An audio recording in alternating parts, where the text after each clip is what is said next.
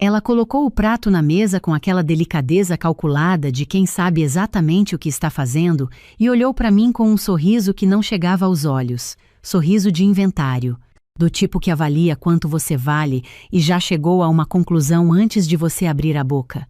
Mariana, minha filha, você precisa entender uma coisa.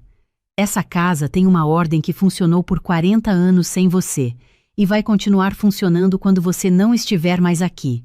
Meu marido estava sentado do meu lado e olhou para o copo de água. Meu sogro tossiu e pegou o controle remoto. A minha cunhada fingiu que estava mexendo no celular e eu fiquei ali, com o garfo na mão, sorrindo de volta. Que bom que a senhora me disse isso, respondi, com calma, com toda a calma do mundo. Mas deixa eu voltar um pouco. Deixa eu contar como eu cheguei até aquela mesa. Meu nome é Mariana. Tenho 40 anos, sou nutricionista há 14, especializada em nutrição comportamental, aquela que trata a relação da pessoa com a comida antes de tratar o prato em si. Quando me casei com o Bruno, eu tinha 36 e ele tinha 38. Nos conhecemos num evento de saúde integrativa, onde eu estava palestrando e ele estava representando uma distribuidora de suplementos. Ele era engraçado do jeito que encanta, aquele humor seco que parece inteligência, até você perceber que é defesa. Namoramos 2 anos. Nos casamos numa tarde de maio em Porto Alegre, pequeno, só família próxima, do jeito que eu queria. Eu tinha um consultório alugado no bairro Moinhos de Vento e um apartamento próprio no Bonfim, que eu tinha comprado com 7 anos de economia e um financiamento que terminei de pagar sozinha aos 33. 2 quartos, cozinha integrada, uma varanda pequena onde eu colocava as minhas ervas aromáticas em vasinhos de barro, manjericão, alecrim, tomilho. Aquela varanda era o lugar que eu mais gostava na cidade. Quando o sol caía, a luz batia exatamente do jeito certo, e eu ficava lá com o meu café e os meus papéis e me sentia no lugar exato onde eu devia estar. Quando nos casamos, fiz a proposta que me pareceu mais lógica. Colocávamos os 2 apartamentos para alugar e alugávamos um terceiro juntos, num bairro que agradasse aos 2. Bruno concordou com a cabeça do jeito que concordava com muita coisa. Aquele gesto rápido que mais tarde eu aprenderia que significava que ele tinha ouvido, mas não tinha processado. 3 meses depois do casamento, a distribuidora onde ele trabalhava fechou. Ele ficou sem emprego de uma semana para a outra, com uma rescisão modesta e uma cara de menino que quebrou alguma coisa sem querer e não sabe como contar para os pais. Minha sogra ligou no dia seguinte. Filhão, você e a Mariana vêm morar aqui. A casa tem espaço. Vocês economizam o aluguel, o Bruno reorganiza a vida e depois vocês saem. É temporário. Você sabe que eu adoro a Mariana. Olhei para o Bruno quando ele me contou. Ele tinha aquela expressão de quem já tinha tomado a decisão antes de me perguntar e precisava só da minha assinatura. É só por um tempo, ele disse. 6 meses, no máximo 1 ano. A minha mãe é fácil de lidar. Eu a conhecia há 3 anos. Já sabia que minha sogra não era fácil de lidar. Mas amei meu marido, acreditei que ele acreditava no que estava dizendo e concordei. Guardamos parte dos móveis, alugamos os 2 apartamentos e nos mudamos para a casa da família numa rua arborizada do bairro Petrópolis. A casa era grande, 3 andares, jardim na frente, garagem para 2 carros. Meu sogro era um homem quieto que gostava de futebol e de cuidar das plantas da calçada. A minha cunhada morava no 3º andar com um namorado havia 2 anos, uma situação que também era temporária há 2 anos. Ficamos com o 2º andar, que tinha quarto, banheiro e uma saleta que eu transformei em home office. Era suficiente. Era suportável. No começo. O primeiro sinal que ignorei foi a cozinha. Minha sogra tinha uma ordem para tudo. Cada panela num lugar específico, os temperos numa sequência que só fazia sentido para ela, as tábuas de corte separadas por cor, mas guardadas num armário que eu não conseguia alcançar sem banquinho. Quando cheguei com as minhas coisas de cozinha, ela sorriu e disse que ia achar um lugar para tudo. Acho que foi a última vez que a palavra achar foi usada de forma inocente naquela casa. Meus utensílios foram para um armário no canto, fundo, atrás de coisas que raramente eram usadas. Quando eu precisava de algo meu, precisava reorganizar metade da cozinha para chegar. Eu comentei com o Bruno uma vez. Ele disse que a cozinha era dela e que a gente precisava respeitar o espaço. Era a casa dela, afinal. Engoli. Comecei a trabalhar mais de casa, a fazer as refeições em horários diferentes para evitar o cruzamento constante. Tentei encontrar um ritmo que não incomodasse ninguém, mas a minha sogra interpretou essa tentativa de não incomodar como convite para preencher o espaço. Foram chegando os comentários. Começaram pequenos, quase gentis, daquele jeito que é difícil de nomear, mas impossível de ignorar. Você come muito peixe.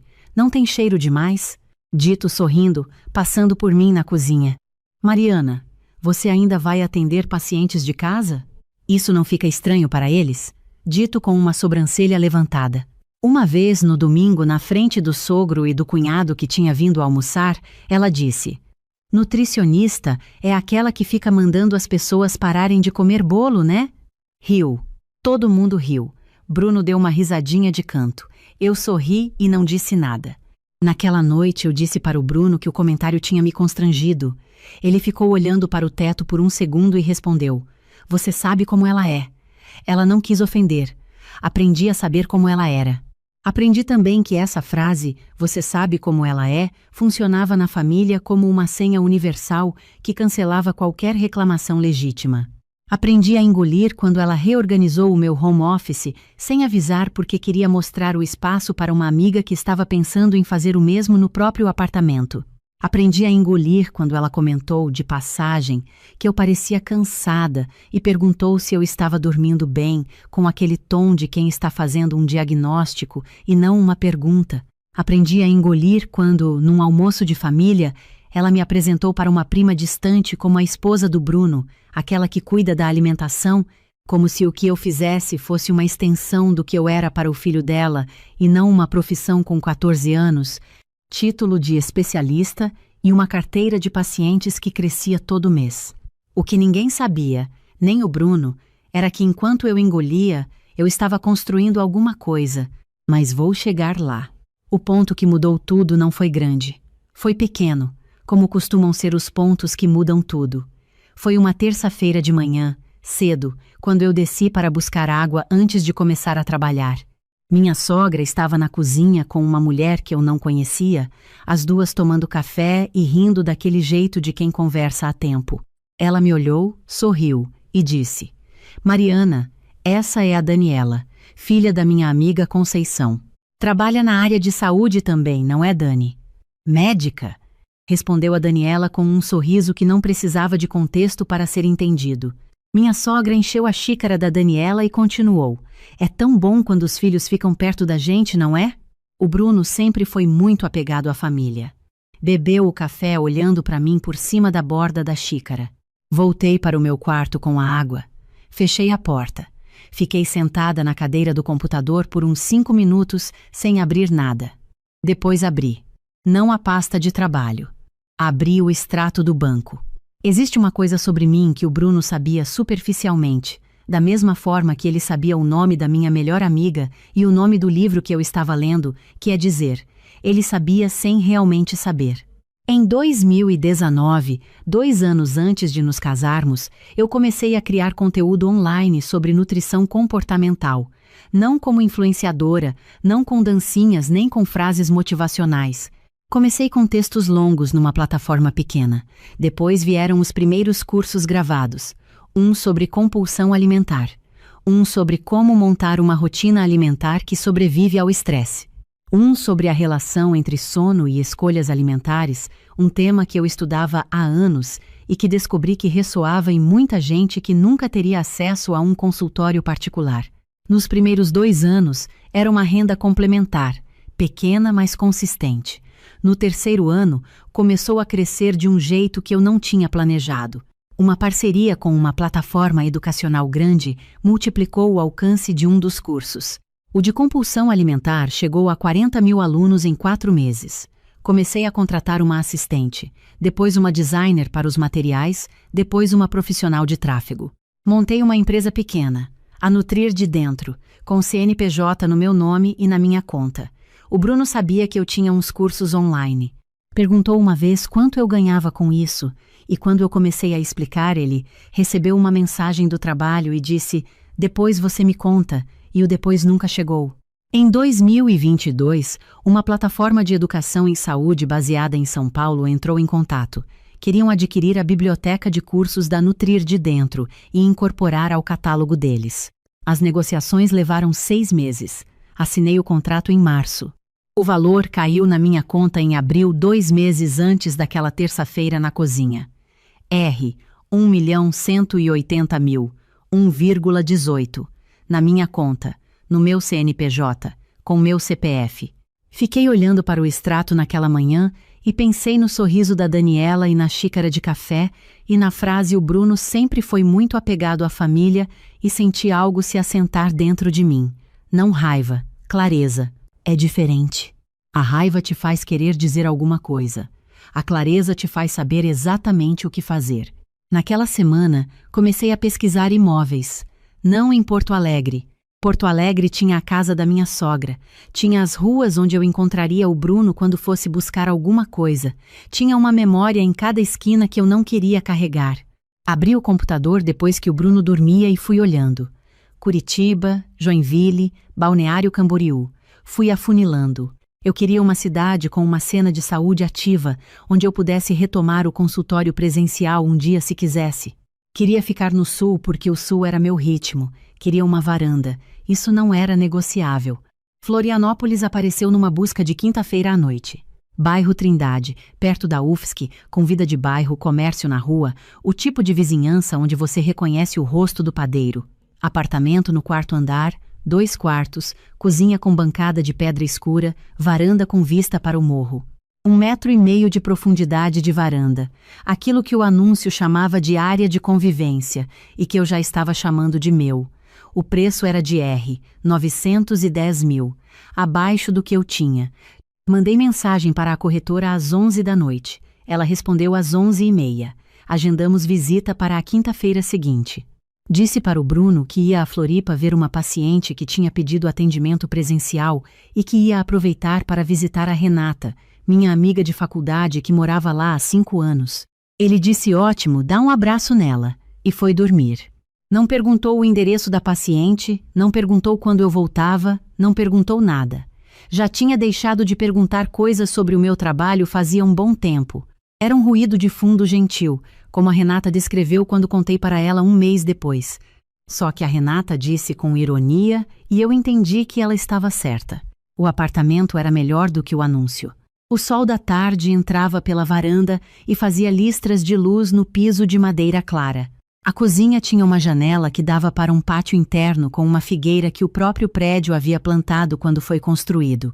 O proprietário era um casal jovem que estava se mudando para Portugal e precisava resolver tudo antes de embarcar. Quando eles querem fechar? A corretora perguntou. O mais rápido possível, eu respondi. Fechamos em 12 dias.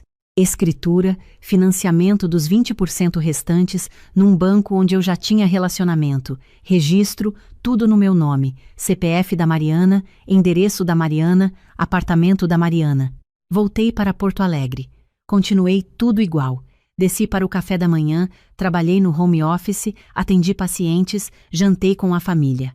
Quando minha sogra comentou que o quarto onde eu trabalhava seria melhor aproveitado como quarto de hóspedes, já que o Bruno e eu provavelmente não precisariam ficar muito mais tempo, concordei com a cabeça e disse que fazia sentido. Quando ela perguntou se eu tinha visto a Daniela num evento de saúde que tinha acontecido no fim de semana, disse que não fui, mas que parecia interessante. Quando o Bruno chegou em casa empolgado porque tinha uma possibilidade de emprego numa empresa em Caxias do Sul e perguntou o que eu achava de nos mudarmos para lá, disse que poderíamos conversar melhor quando a proposta fosse concreta. Comecei a separar as minhas coisas, discretamente, de noite, enquanto o Bruno dormia. Fui colocando numa mala o que era especificamente meu. Os livros que eu tinha desde a faculdade, marcados com meu nome na primeira página, meu equipamento de trabalho, notebook, HD externo, microfone para as gravações, ring light desmontada.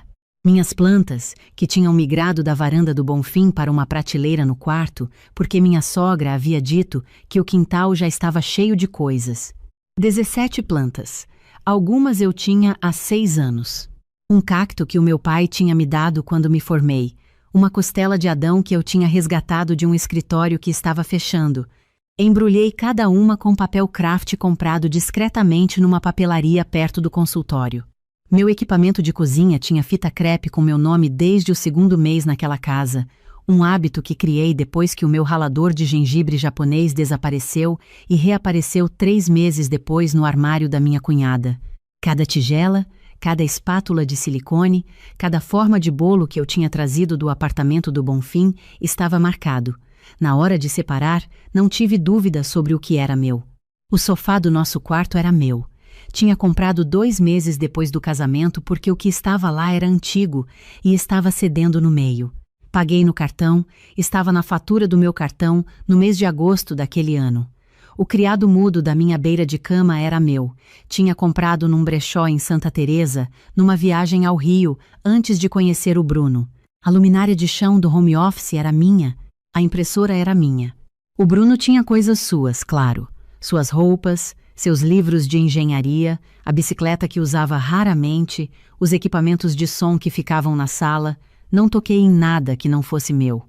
Mas o que era meu era mais do que eu tinha percebido enquanto estava distribuído pela casa como se fosse de todo mundo. Uma semana antes de ir, liguei para uma empresa de mudança em Florianópolis que atendia também na região de Porto Alegre. Expliquei a situação de forma direta. Precisava retirar meus pertences de uma residência em Porto Alegre num período de 5 horas, em dia e horário, que os demais moradores não estariam presentes. A moça do atendimento disse que era possível. Perguntou quantas pessoas eu precisava. Quantas forem necessárias para terminar em 4 horas? Eu disse. Só por segurança. O meu sogro tinha jogo de futebol toda sexta-feira à tarde. Saía às 2 e voltava depois das 6 sempre. Minha sogra ia com uma amiga para o mercado e almoçava fora toda sexta desde antes do Bruno nascer, ritual imutável. A minha cunhada trabalhava até às 6. O Bruno tinha uma reunião fora às 2 daquela sexta. Tinha me contado ele mesmo, uma possível parceria que poderia durar a tarde toda. Era a janela. Na quinta-feira à noite, enquanto o Bruno assistia a série na sala, terminei de organizar as listas. O que ia na mudança, o que eu levaria no carro, o que ficaria. Escrevi uma carta. Não longa, não dramática, só o necessário. Na sexta-feira de manhã, acordei antes do alarme. Fiz café do jeito que sempre fiz, aquele café coado demorado que minha sogra achava excessivo para o dia a dia. Tomei na minha xícara favorita, aquela de cerâmica azul que comprei numa feira de artesanato em Gramado e que guardei separada desde a primeira semana naquela casa por algum instinto que agora fazia sentido. Coloquei a xícara na caixa quando terminei. O Bruno desceu, pegou o café, me deu um beijo na bochecha. Hoje pode demorar, dependendo de como for a reunião. Tudo bem, eu disse. Cuida-se. Ele olhou para mim um segundo mais do que o normal, mas não disse nada. Foi tomar banho, saiu às 12h30, dei uma volta pelo apartamento, fechei os olhos por um momento, abri. A equipe chegou às 2 em ponto. Eram 5 pessoas, rápidas, organizadas, profissionais do tipo que faz o trabalho sem precisar de explicação. Mostrei o que era meu, o que ficava. Eles começaram pelos livros. Eram muitos. Enchiam 3 prateleiras inteiras que eu tinha trazido do Bonfim, uma estante inteira que era minha montada contra a parede do home office. Depois o equipamento de trabalho. Depois as plantas, cada uma embrulhada, tratadas com mais cuidado do que eu esperava. Um dos homens perguntou se era orquídea a que estava na janela. Falei que era. Ele disse que a mãe dele criava. Embrulhou com cuidado redobrado. O sofá subiu por uma manobra que eu não achei que funcionaria, mas funcionou. A luminária foi desmontada e encaixada numa caixa comprida. A impressora foi embrulhada em espuma. Às 5:18, a equipe já estava terminando. O quarto tinha o que era do Bruno. O home office tinha o computador velho que estava lá antes de chegar, e nada mais. A sala tinha o sofá antigo que estava lá antes de mim, levemente afundado no meio, exatamente como estava quando cheguei. Peguei o envelope que tinha preparado na noite anterior e coloquei na mesa da cozinha, a mesa onde minha sogra tomava café toda manhã com o jornal dobrado do lado. A mesa onde ela tinha me servido aquele prato com aquele sorriso de inventário, a mesa onde eu tinha aprendido a engolir durante quase 2 anos. Bruno, escrevi. Precisei sair. Levei o que é meu. Não levei nada que fosse seu ou da família. Meus advogados vão entrar em contato sobre o divórcio. Não quero disputar nada. Não quero pensão. Não quero processo longo. Só quero sair. Você é uma boa pessoa. Mas boa pessoa não é suficiente quando a pessoa boa olha para o prato toda vez que você precisa que alguém olhe para você. Cuide-se. Mariana. Fechei a porta com cuidado, com calma, do jeito que minha mãe ensinou, que porta bem fechada é sinal de pessoa bem criada. O telefone começou a tocar quando eu estava passando pela ponte do Guaíba, meu carro na frente, a mudança atrás, o sol descendo no horizonte do lado esquerdo. Era o Bruno. Deixei tocar. Ligou de novo. Mandou mensagem. Mariana, o que é isso? Onde estão suas coisas? Me liga agora, por favor. Ligou de novo. Desliguei o som. Coloquei uma playlist que não ouvia desde antes de Porto Alegre. Uma que ficava salva no celular desde a época do apartamento do Bonfim, desde antes de tudo isso. Abri a janela. O ar era frio com aquele cheiro de sul que é diferente de todo o resto do Brasil. Aquele cheiro de pinho e de chuva possível. Comecei a cantarolar sem perceber. Às 9 da noite, quando entrei no estacionamento do meu novo prédio em Florianópolis, a mudança já estava lá. O encarregado me cumprimentou. Perguntou por onde a senhora quer começar. Pelas plantas, eu disse. Sempre pelas plantas. O apartamento cheirava a tinta nova e madeira aquecida. A figueira do pátio estava visível pela janela da cozinha, as folhas grandes e quietas no escuro. Fiquei parada na entrada por 1 minuto. 2 quartos, varanda, meu, pago com dinheiro que eu tinha construído, sem herança, sem ajuda, sem favores de ninguém. Nos dias seguintes, o Bruno mandou mensagens. Primeiro confuso, depois com raiva, depois tentando ser razoável, depois com aquela mistura de culpa e orgulho ferido que eu já tinha aprendido a reconhecer. Uma mensagem dizia: eu sei que errei. Me diz o que você precisa que eu faça diferente. Fiquei olhando para aquela mensagem por um tempo. Diferente do quê, exatamente? Diferente de ter ficado quieto cada vez que sua mãe me chamou de aquela que cuida da alimentação? Diferente de ter nunca perguntado quanto eu ganhava com o trabalho que tratava como passatempo? Diferente de ter apresentado como solução a ideia de morarmos com a sua família sem ter me dado espaço real para discordar? Diferente de ter olhado para o copo de água naquela noite no jantar enquanto sua mãe fazia um inventário de mim na minha frente? Não respondi. Passei o número para os meus advogados. Divórcio sem disputas, sem audiências, sem nada que precisasse que eu e o Bruno ficássemos numa mesma sala por mais de 20 minutos. Não tinha muita coisa adquirida juntos que valesse a briga. Ele ficou com a parte dele. Eu fiquei com a minha. Levou 4 meses. Demorou menos do que eu esperava. A minha sogra tentou me ligar uma vez. Atendi, não sei bem porquê. Talvez porque eu queria ter aquela conversa de um jeito ou de outro. A voz dela estava controlada com o esforço de quem está controlando. Você podia ter conversado.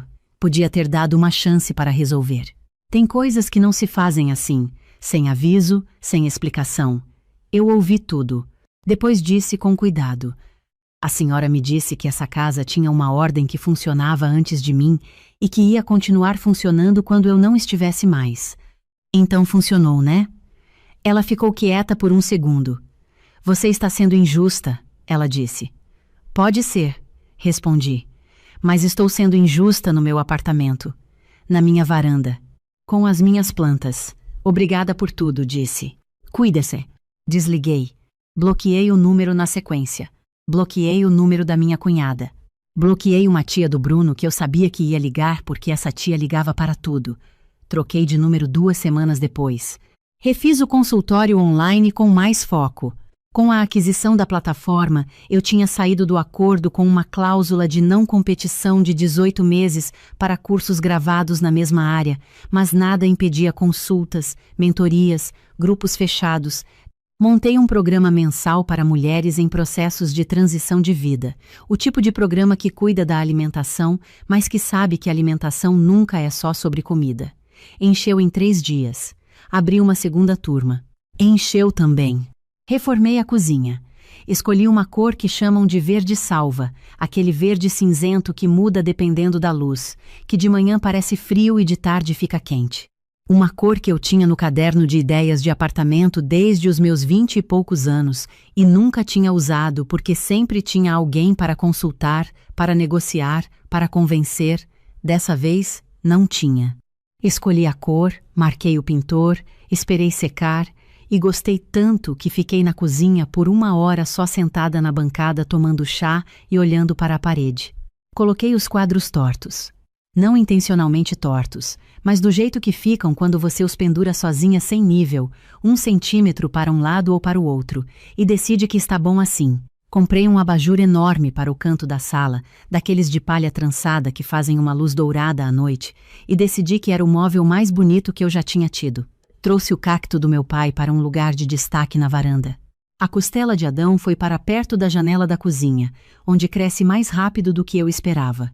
Voltei a caminhar de manhã cedo, coisa que eu não fazia desde antes de Porto Alegre porque o ritmo daquela casa nunca combinava com o meu.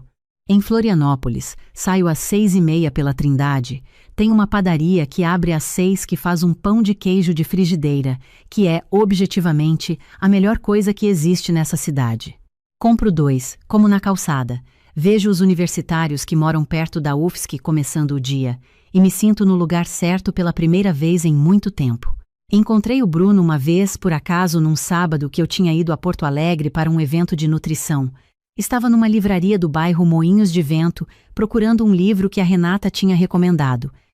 Ele estava na seção de negócios, de costas, com uma mulher ao lado que eu não conhecia, olhando para a prateleira.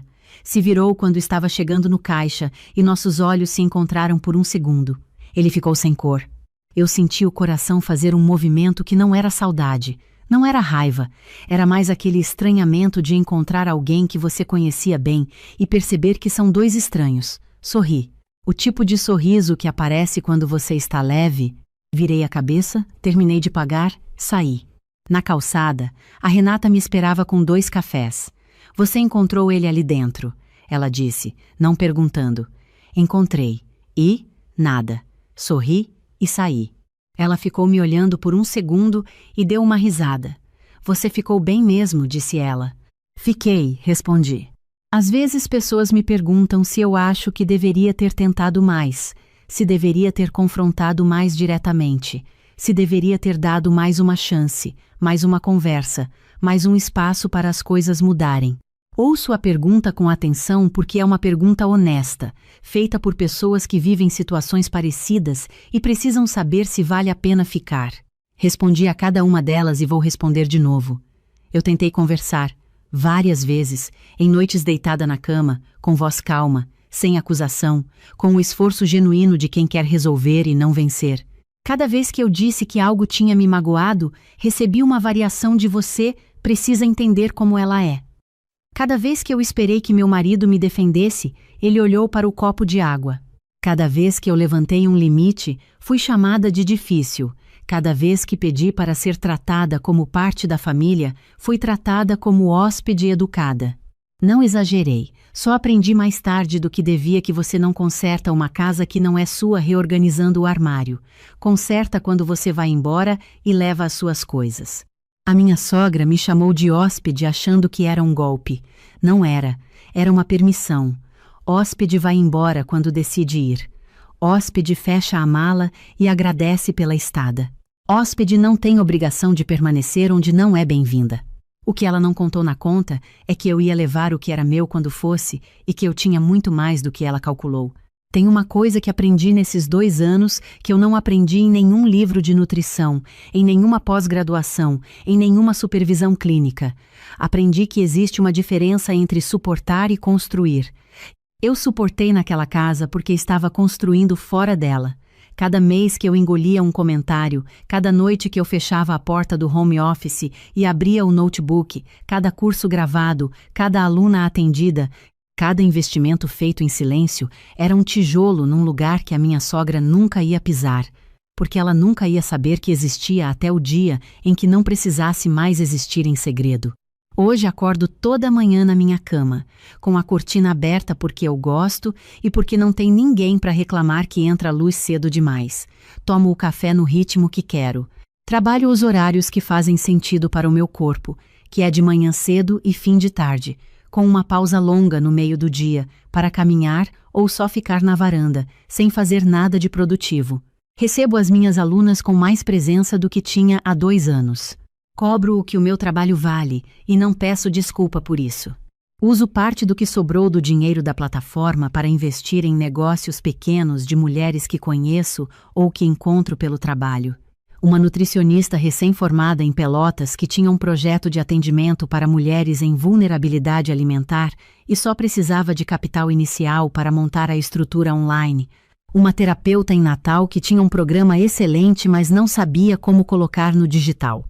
Uma padeira em Curitiba que fazia pão de fermentação natural e vendia pelo Instagram, mas não sabia que tinha uma empresa entre as mãos. O tipo de trabalho que o mundo trata como passatempo até precisar chamar de profissão. A figueira do pátio está maior do que quando eu cheguei. Reparo nela toda manhã pela janela da cozinha enquanto faço o café. O cacto do meu pai está com uma palha nova do lado. A costela de Adão chegou na varanda, depois que cresceu demais para a janela. Às vezes sento ali no fim da tarde, com o chá, com o sol baixo fazendo aquela luz laranja que Florianópolis tem de um jeito que nenhuma cidade tem. E fico pensando no quanto a gente aceita antes de entender que aceitar não é o mesmo que sobreviver. Fica, aguenta, adapta, aprende como ela é. Não leva para o lado pessoal. Você está sendo sensível demais. São frases que parecem conselhos, mas são paredes.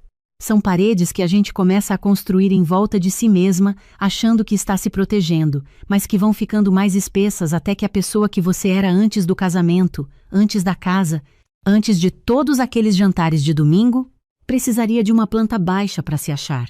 O que eu carrego de tudo isso não é mágoa. A mágoa foi a primeira coisa que eu deixei para trás, junto com o sofá velho que afundava no meio e com a xícara genérica que eu usava quando a minha de cerâmica azul estava na caixa esperando. O que eu carrego é a certeza de que construir em silêncio é uma forma de resistência que não pede licença para funcionar.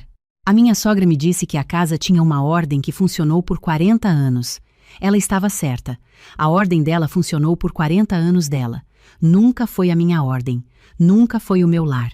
Lar não é o lugar onde você guarda as coisas dos outros. É o lugar de onde você sai toda manhã sendo quem você é e para onde você volta toda noite sem precisar se preparar para ser outra pessoa. Quando fechei aquela porta em Porto Alegre pela última vez, fechei com cuidado, com calma, com a chave que devolvi depois pelos advogados, junto com todos os documentos. Do meu lado de fora da porta eu tinha as minhas plantas, os meus livros, o meu equipment, as minhas tigelas marcadas com fita crepe, o meu cacto, a minha costela de Adão, a minha xícara de cerâmica azul. Do lado de dentro ficou o que nunca foi meu para começo de conversa. Não olhei para trás. Não precisei. O que é seu não fica onde você deixou. Vem junto, do seu jeito, no porta-malas, no banco de trás, embrulhado em papel craft por um homem que tem a mãe que cria orquídea. E chega antes de você no lugar onde vai virar lar. Meu telefone vibrou 3 vezes seguidas numa quarta-feira à noite, enquanto eu tentava colocar minha filha de 4 anos para dormir. Eram mensagens de uma amiga do trabalho. 3 fotos. Um salão decorado com balões rosa e dourado, uma mesa cheia de docinhos, um bolo de 3 andares com o nome Helena escrito em glacê branco. E uma legenda. Amiga, sabia que sua sogra organizou um chá de bebê? Minha vizinha foi convidada.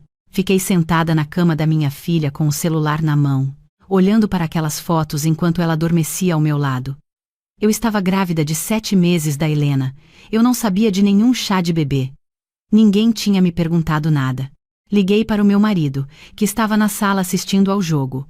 Ele atendeu no segundo toque. Você sabia que a sua mãe organizou um chá de bebê para a Helena? Silêncio. Depois, como assim? Sua amiga do trabalho me mandou fotos. Tem bolo, balões, mesa de doces. Com o nome da nossa filha. Ouvi ele se levantar do sofá. Isso não faz sentido. Ela não me disse nada. Pois é. Mas aconteceu. Ele ficou em silêncio por alguns segundos. Deixa eu ligar para ela. Eu desliguei e voltei a olhar para as fotos. O salão era bonito, decorado com flores artificiais e fitas de cetim, tinha umas 30 cadeiras. Na mesa principal, além do bolo, havia bem-casados embalados em papel dourado com um cartãozinho que eu não conseguia ler na foto. Minha filha de 4 anos, a Beatriz, se mexeu na cama e murmurou alguma coisa sobre borboletas. Ajeitei o cobertor dela e saí do quarto. Meu marido estava na cozinha com o celular no ouvido, falando baixo. Quando me viu, cobriu o microfone. Ela disse que era uma surpresa, que ia te contar no fim de semana. Uma surpresa. Ela organizou uma festa inteira com o nome da minha filha. Convidou pessoas que eu nem conheço e chama de surpresa. Ele voltou ao telefone. Mãe, a Carolina ficou sabendo. Preciso que a senhora me explique direito o que aconteceu. Ouvi a voz dela do outro lado, aguda, rápida, daquele jeito que ela fala quando está se defendendo antes mesmo de ser acusada. Ele desligou depois de 5 minutos. Me olhou com aquela expressão que eu já conhecia, aquela de quem está tentando encontrar um caminho entre duas pessoas que ele ama e sabe que qualquer coisa que disser vai estar errada. Ela organizou no salão da igreja do bairro dela. Disse que queria fazer uma coisa especial porque com a Beatriz ela não teve a oportunidade, já que a gente morava em Curitiba na época. Convidou quem? Amigas dela, vizinhas, algumas primas. Ela não convidou ninguém da minha família? Ele não respondeu, o que já era uma resposta. Eu me sentei na cadeira da cozinha. Tinha um copo de água na minha frente que eu não lembrava de ter colocado ali. Olhei para ele. Ela fez um chá de bebê da minha filha sem me convidar. Ele respirou fundo. Eu sei como parece. E como é, porque parece exatamente o que é. Naquela noite não dormi direito. Ficava girando de um lado para o outro, tentando encontrar uma posição confortável com a barriga de 7 meses e com a cabeça cheia de pensamentos que não se organizavam. Não era a primeira vez que minha sogra fazia algo sem me consultar. Desde que eu havia me casado com o Rafael, 8 anos atrás, ela havia encontrado formas cada vez mais criativas de participar de decisões que não eram dela. Quando nos mudamos de Curitiba para Campinas por causa do trabalho dele, ela ligou para uma imobiliária que conhecia e pré-selecionou 3 apartamentos para a gente, sem a gente ter pedido. Quando chegamos para visitar os imóveis, o corretor já sabia nossos nomes, nosso orçamento, nossas preferências, tudo informado por ela. Meu marido achou prático, eu achei invasivo. Fiquei quieta. Quando a Beatriz nasceu, minha sogra apareceu no hospital com uma mala. Não uma bolsa de visita, uma mala. Disse que ia ficar conosco nas primeiras 2 semanas para ajudar. Eu olhei para o meu marido. Ele olhou para o chão. Ela ficou 3 semanas. Durante esse tempo reorganizou minha cozinha inteira. Trocou as coisas de lugar, os pratos, os copos, os temperos. Disse que a disposição que eu tinha não era funcional, que ela havia cuidado de casa por 40 anos e sabia como otimizar. Quando ela foi embora, eu levei 2 dias para encontrar onde ela havia colocado o abridor de latas. Eu nunca havia tido uma grande briga com ela. Sempre mordi a língua, sempre engoli. Sempre disse para mim mesma que ela tinha boas intenções, que era o jeito dela de demonstrar afeto, que meu marido ficaria arrasado se eu criasse um conflito. Mas o chá de bebê foi diferente. O chá de bebê era sobre a minha filha, sobre um momento que eu nunca ia ter de volta, e ela havia tomado isso de mim como se fosse dela para tomar. No dia seguinte, liguei para minha sogra. Tentei manter a calma. Dona Lúcia, preciso conversar sobre o chá de bebê. Ela já começou falando antes de eu terminar. Carolina, meu bem, eu ia te contar. Estava tudo pronto, ia te ligar no sábado para te levar de olhos vendados, ia ser a surpresa mais linda. Você tinha que ver o bolo. A senhora fez uma festa da minha filha sem me avisar. Convidou pessoas que eu não conheço. Não convidou ninguém da minha família. A minha mãe nem sabe que isso aconteceu. Sua mãe mora em Florianópolis, meu bem. Não ia vir para um chá de bebê no meio da semana. E daí? A senhora não podia ter decidido isso por mim. Silêncio. Depois, com aquela voz trêmula que ela usava quando queria que alguém sentisse culpa, eu trabalhei 2 semanas nessa festa. Pedi docinhos para a Márcia, que cobra caro. Encomendei o bolo numa confeitaria que todo mundo elogia. Fiz tudo com carinho, pensando em você e na minha neta. E é assim que você agradece? Eu não estou sendo ingrata. Estou dizendo que a senhora tomou uma decisão que era minha. Você vai ser mãe de 2 crianças, Carolina. Vai ter que aprender a aceitar ajuda. Isso não foi ajuda. Ajuda é quando alguém pede. Ela desligou sem se despedir. Meu marido chegou do trabalho às 7 da noite. A Beatriz correu para recebê-lo na porta, como fazia todo dia. Ele a pegou no colo, deu beijos na bochecha dela e depois me olhou por cima da cabeça da filha. Liguei para ela, falei. Ela desligou na minha cara. Ele suspirou. Meu marido era um homem bom, trabalhador, dedicado, pai presente. Mas tinha um ponto cego do tamanho de um estacionamento quando se tratava da mãe dele. Ele havia perdido o pai aos 12 anos. A mãe havia trabalhado em 2 empregos durante 6 anos para pagar a faculdade dele. Costurava de madrugada para complementar a renda. Vendeu o carro, vendeu joias que eram da avó. Recusou convites, abriu mão de viagens, de roupas, de qualquer coisa que não fosse investir no futuro do filho. Ele sabia disso. Carregava isso como uma dívida que não tem parcela final, e eu entendia. Eu entendia a gratidão dele, a dificuldade de confrontar uma mulher que havia dado tudo por ele. Mas entender não significava aceitar que essa dívida fosse paga com pedaços da minha autonomia. Nos dias seguintes, a situação ficou num impasse silencioso. Minha sogra não ligou. Eu não liguei. Meu marido tentou mediar por telefone, mas ela o cortava com frases curtas. Você sabe como eu sou. Fiz por amor. Sua mulher não entende. A família dele entrou no meio, como sempre acontecia. A irmã dele mandou uma mensagem dizendo que eu deveria ser mais flexível, que Dona Lúcia não merecia esse tratamento. Uma tia ligou para dizer que ela estava sem comer direito de tanta tristeza.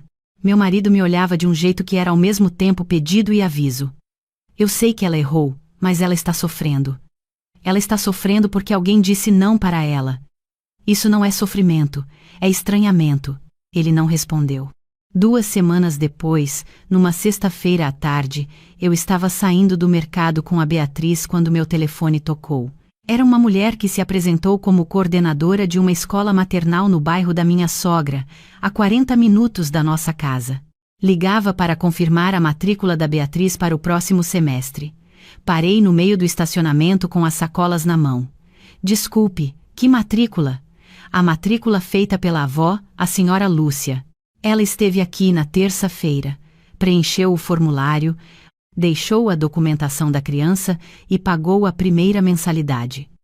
Disse que a mãe confirmaria os detalhes. Senti o chão se mover debaixo dos meus pés.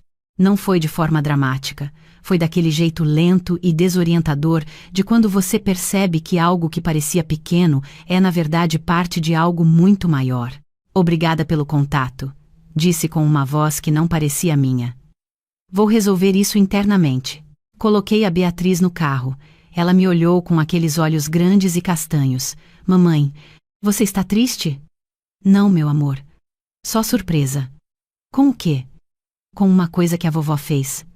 A vovó fez coisa errada? Fiquei olhando para ela pelo retrovisor. Ela estava segurando o brinquedo que minha sogra havia dado de presente no mês passado, um unicórnio de pelúcia rosa. A vovó fez uma coisa sem perguntar primeiro, disse devagar. E quando a gente faz coisas sem perguntar, às vezes a gente machuca as pessoas sem querer. Ela pensou por um momento. Igual quando eu pego o lápis da colega sem pedir? É, falei.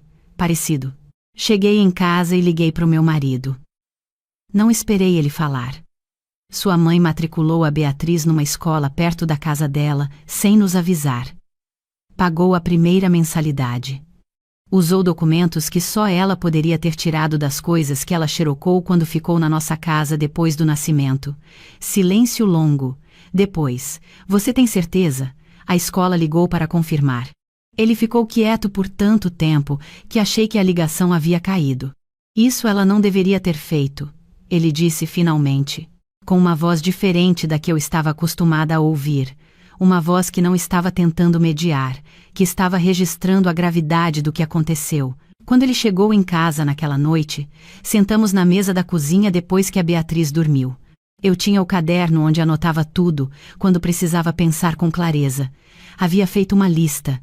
Não era uma lista de acusações, era uma lista de fatos, com datas. A pré-seleção dos apartamentos sem a gente pedir.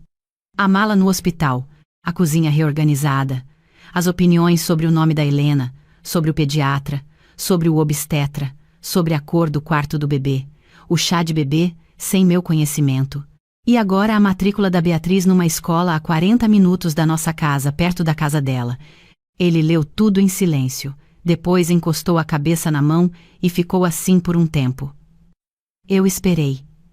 Não apressei, ele precisava chegar sozinho onde eu já estava. Eu preciso falar com ela, disse. Não por telefone. Pessoalmente. Eu vou junto, falei. Ele me olhou. Acho que vai ser mais difícil se você estiver lá. Vai ser mais difícil para ela, não para mim. E essa conversa não pode ser só sobre o conforto dela, precisa ser sobre a nossa vida. Fomos no sábado de manhã. Deixamos a Beatriz com minha amiga Patrícia. Minha sogra morava numa casa de 2 andares no bairro de Vila Augusta, em Guarulhos. Casa que ela havia comprado com o seguro de vida do marido e com anos de trabalho. Ela tinha orgulho daquela casa. Cada detalhe havia sido escolhido por ela, cada móvel, cada cortina, cada quadro na parede. Ela abriu a porta e nos olhou com a expressão de quem já sabia o motivo da visita, mas ia fingir que não sabia até que alguém dissesse: entrem. Fiz café. Sentamos na sala. O café estava na mesa, em xícaras de porcelana que ela só usava para visitas. Meu marido começou: Mãe, a senhora matriculou a Beatriz numa escola sem falar com a gente. Ela levantou o queixo. Aquela escola é excelente. A filha da Márcia estuda lá. Fica a 5 minutos da minha casa. Eu poderia buscar a Beatriz todo dia, ajudar vocês com a rotina, ainda mais agora com a Helena chegando.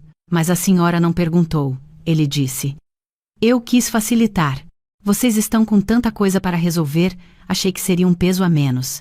Eu falei: Dona Lúcia, a senhora tirou cópias dos documentos da Beatriz quando ficou na nossa casa, guardou e usou para fazer uma matrícula sem o nosso consentimento.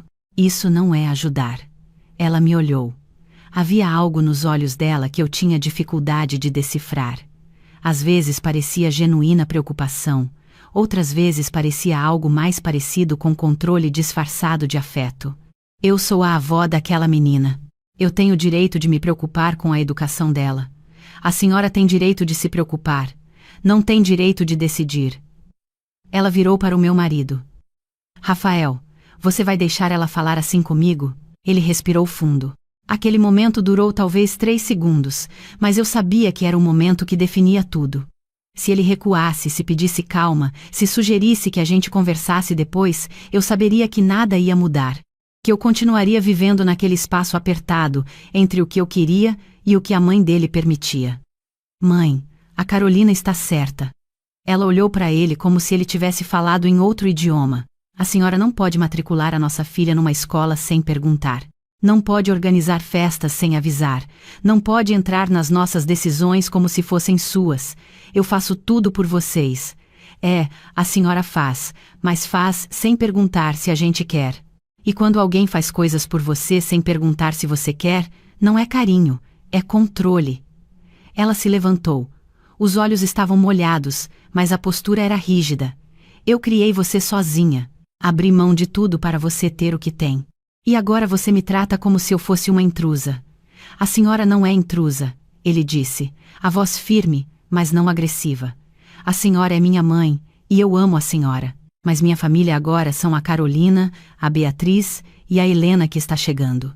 E eu preciso proteger isso. Mesmo que a senhora não entenda, mesmo que a senhora fique magoada. Ela saiu da sala sem dizer mais nada. Ouvimos a porta do quarto dela se fechar. Ficamos sentados ali por um tempo, em silêncio, com o café esfriando nas xícaras de porcelana. Na segunda-feira, liguei para a escola e cancelei a matrícula. Expliquei a situação com calma. A coordenadora foi compreensiva. Disse que não era a primeira vez que isso acontecia com avós. Aquela frase ficou na minha cabeça por dias. Não era a primeira vez.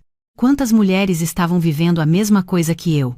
Quantas estavam mordendo a língua, engolindo, cedendo, para manter uma paz que só existia na superfície?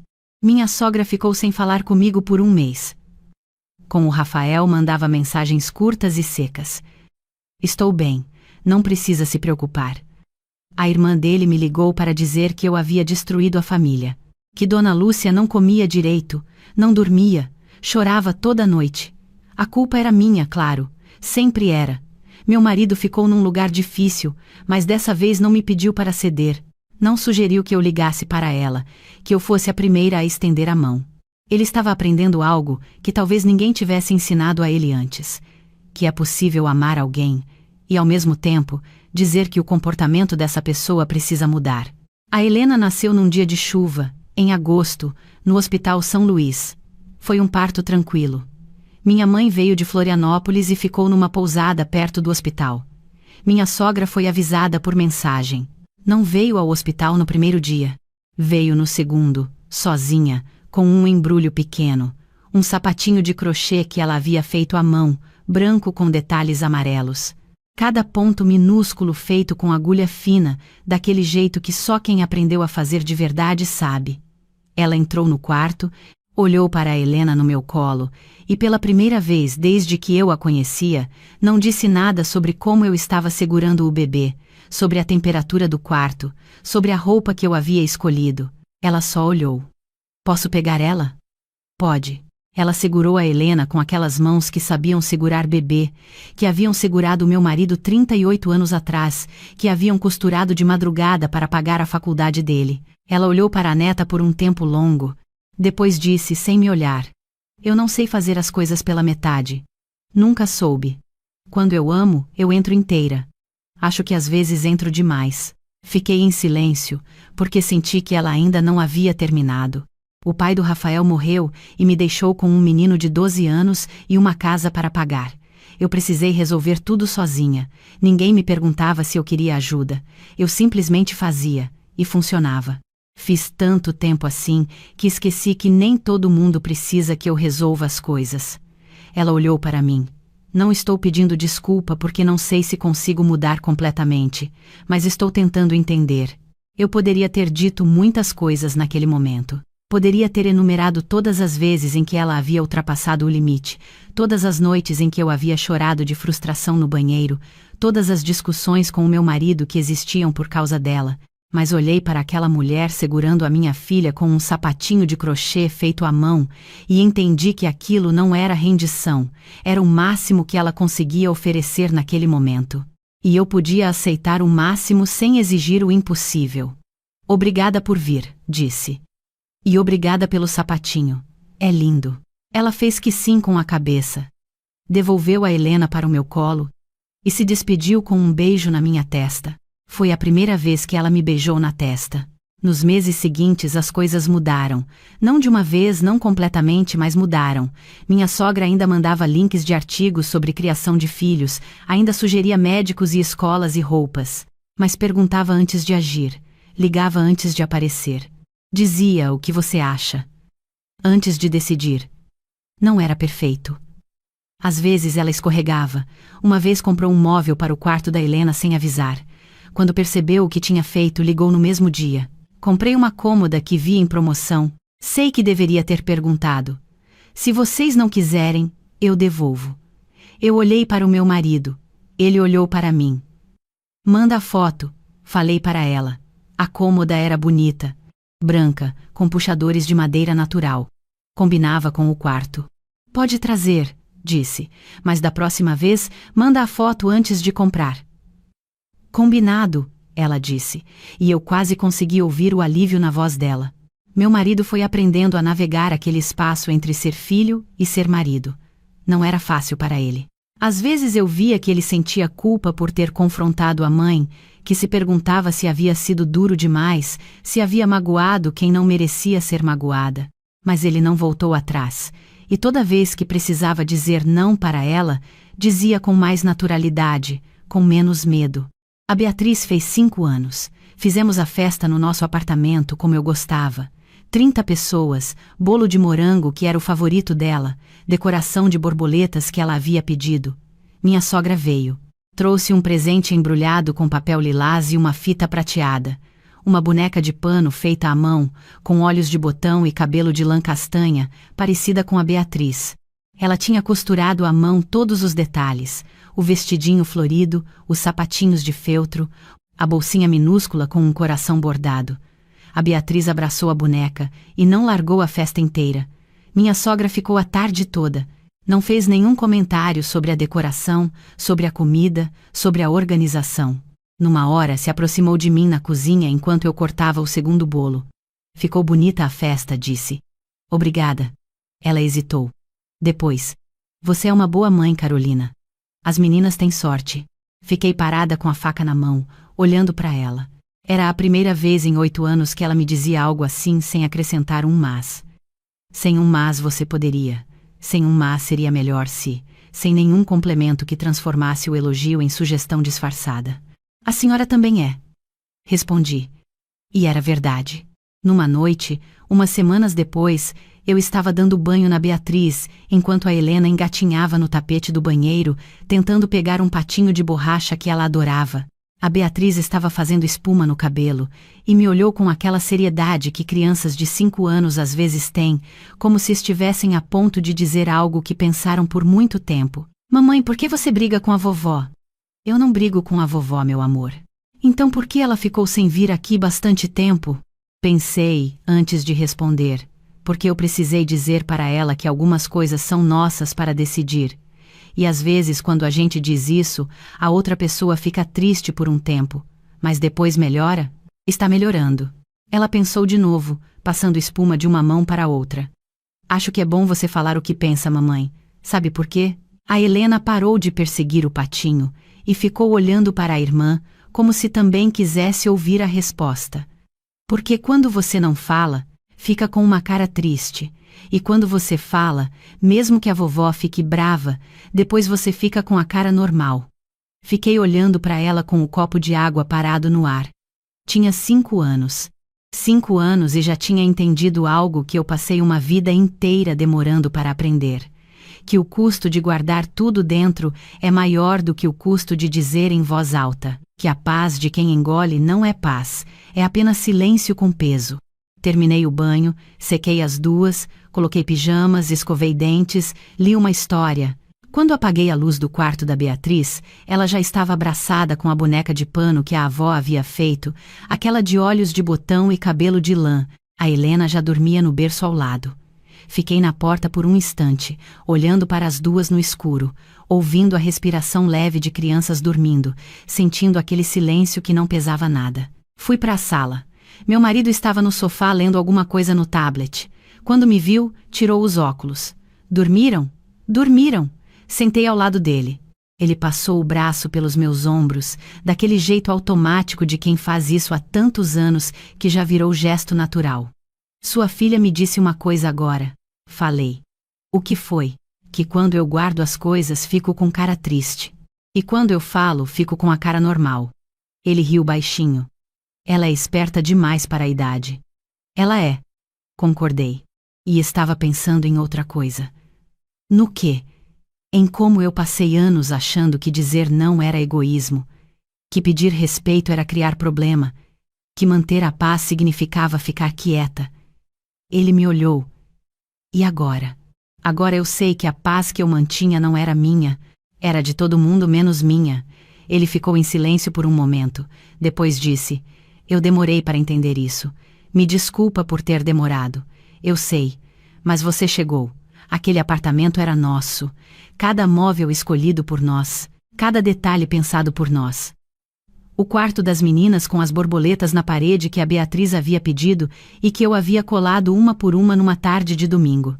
A cômoda branca que minha sogra havia comprado e que agora fazia parte do conjunto porque havia sido oferecida e não imposta.